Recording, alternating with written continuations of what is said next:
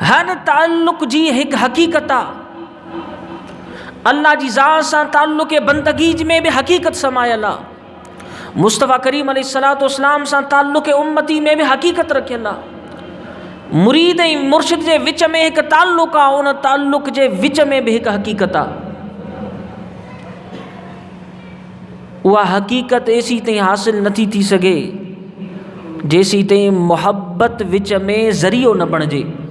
बस हिकु ई ताल्लुक़ आहे अल्लाह जे रसूल जो, मुर्शिद जो, जेको कमज़ोर तर बणिजी वेंदो आहे बिना मोहब्बत जे। मोहब्बत सिर्फ़ ज़ुबान जो नालो न आहे जो तव्हां चओ त मुंहिंजी मोहब्बत आहे अल्लाह जी ज़ात सां, तव्हां चओ मुंहिंजी मोहब्बत आहे नबी करीम अलैहिस्सलातु वस्सलाम सां।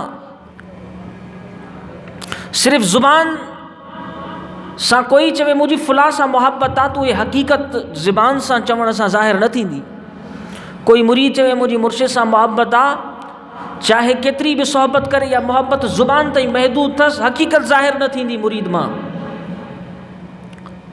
मोहब्बत क़ल्बी जी ज़रूरत आहे, मोहब्बत रूही जी ज़रूरत आहे।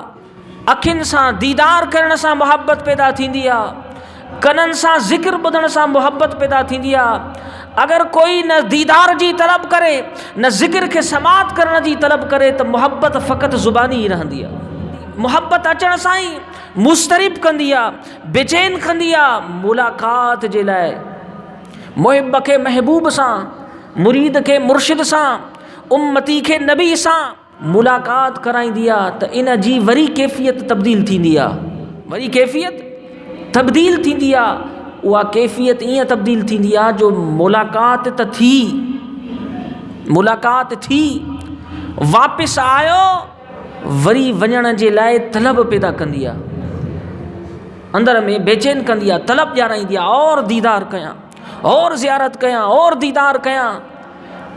इहा तलब उनखे महबूब जे गिलिन घिटिन जो सफ़र कराईंदी आहे, महबूब जे शहर जो सफ़र कराईंदी आहे, मुरीद के मुर्शिद जे खानकाह जो सफ़र कराईंदी आहे, पंधड़ा कराईंदी आहे। मोहब्बत उनखे मुस्तरिब कंदी आहे, तलब में तब्दील थींदी आहे। अल्लाहु अकबर। जॾहिं दोबारा मुलाक़ात कंदो आहे, दोबारा मुलाक़ात कंदो आहे, मुलाक़ात जो सिस्टम जारी रहंदो आहे, त मोहब्बत और रुख तब्दील कंदी आहे। कहिड़ो? मोहब्बत चाहींदी आहे त आउं महबूब जो ग़ुलाम थियां। उहा मोहब्बत वरी जेका पैदा थी शौक़ मुलाक़ात, शौक़ मुलाक़ात खां पोइ तलब, तलब खां पोइ उहा मोहब्बत ग़ुलाम बणाईंदी आहे। जॾहिं उहो ग़ुलाम थींदो आहे न, त अञा मोहब्बत ख़तमु नाहे थी, उन जा दरजात आहिनि। ग़ुलाम थींदो आहे तॾहिं बि उहा तमामु मोहब्बत न थींदी आहे। उहा मोहब्बत वरी ग़ुलामी में अचण खां पोइ महबूब जो बार बार ज़िक्र करण ते मजबूर कंदी आहे। मोहब्बत ग़ुलामी खां पोइ ज़िक्र में तब्दील थींदी आहे, ऐं उहो ज़िक्र जा चर्चा कराईंदी आहे। महबूब जो ज़िक्र ॿुधणु, महबूब जे ज़िक्र करण ते मोहब्बत उनखे मजबूर कंदी आहे। अल्लाहु अकबर। ज़िक्र ताईं महदूद मोहब्बत रहंदी न आहे, ज़िक्र खां बाद में इहा मोहब्बत इंतज़ार में तब्दील थींदी आहे। इंतज़ार खां परते मोहब्बत जो कोई भी और मक़ाम न आहे। कोई चवे मुंहिंजी आका करीम अलैहिस्सलातु वस्सलाम जी ज़ात पाक सां मोहब्बत आहे, त सामईन उनखे सबूत ॾियणो पवंदो। कहिड़ो? आका करीम अलैहिस्सलातु वस्सलाम जी मुलाक़ात जो शौक़ अंदर में रखणो पवंदो। हुज़ूर अलैहिस्सलातु वस्सलाम जी ज़ात पाक जी तलब जो शौक़ अंदर में रखणो पवंदो। आका करीम अलैहिस्सलातु वस्सलाम जे ग़ुलामी वारे ढांचे में पाण खे रखणो पवंदुसि।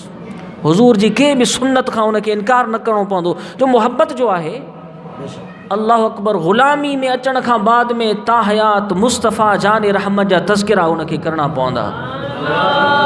हुज़ूर जूं महफ़िलूं सजाइणो पवंदसि। आका करीम अलैहिस्सलातु वस्सलाम जे महफ़िलुनि में हुज़ूर जो ज़िक्र ॿुधण जे लाइ उनखे पंधड़ा करणा पवंदा।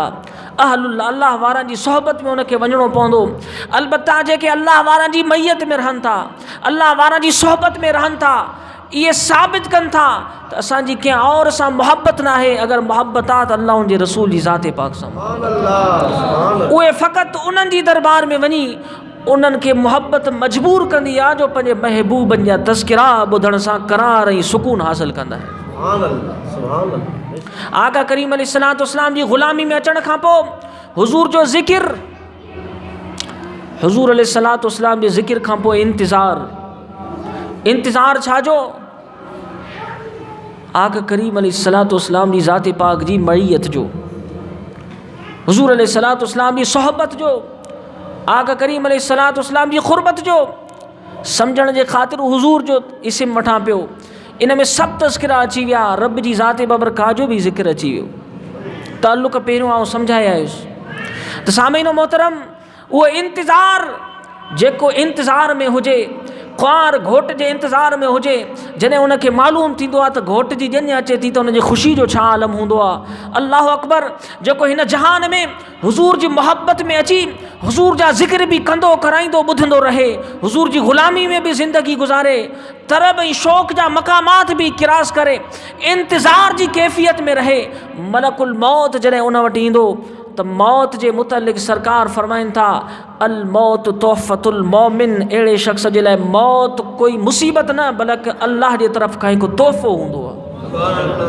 छाजे करे उहो आगे आहे ई इंतज़ार महबूब में, मौत उनखे तोहफ़ो थी मिलंदो आहे त तुंहिंजो इंतज़ार जूं घड़ियूं ख़तमु, अॼु खां बाद में तूं अल्लाह जे रसूल जे हुज़ूर में पिया अचण वारो आहे। त इहे सभु मक़ामात जेके आहिनि इहे मोहब्बत वारे जी क़िस्मत में आहिनि।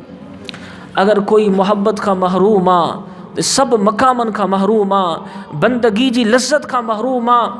अल्लाह अकबर, आका करीम अलैहिस्सलातु वस्सलाम जे फ़यूज़ व बरक़ात का महरूम आ।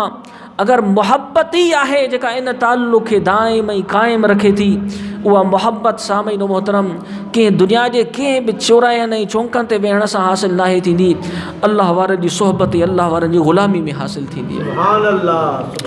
ऐं इहा मोहब्बत ही हक़ीक़ी ताज आहे। अल्लाह पाक जो हुज़ूर में दुआ है तमल करण जी तौफ़ीक़ अता फ़रमाए। वमा अलैना इल्लल बलागुल मुबीन। मज़ीद वीडियोज़ के लिए हमारा यूट्यूब चैनल सब्सक्राइब करें और बेल आइकन पर क्लिक करें।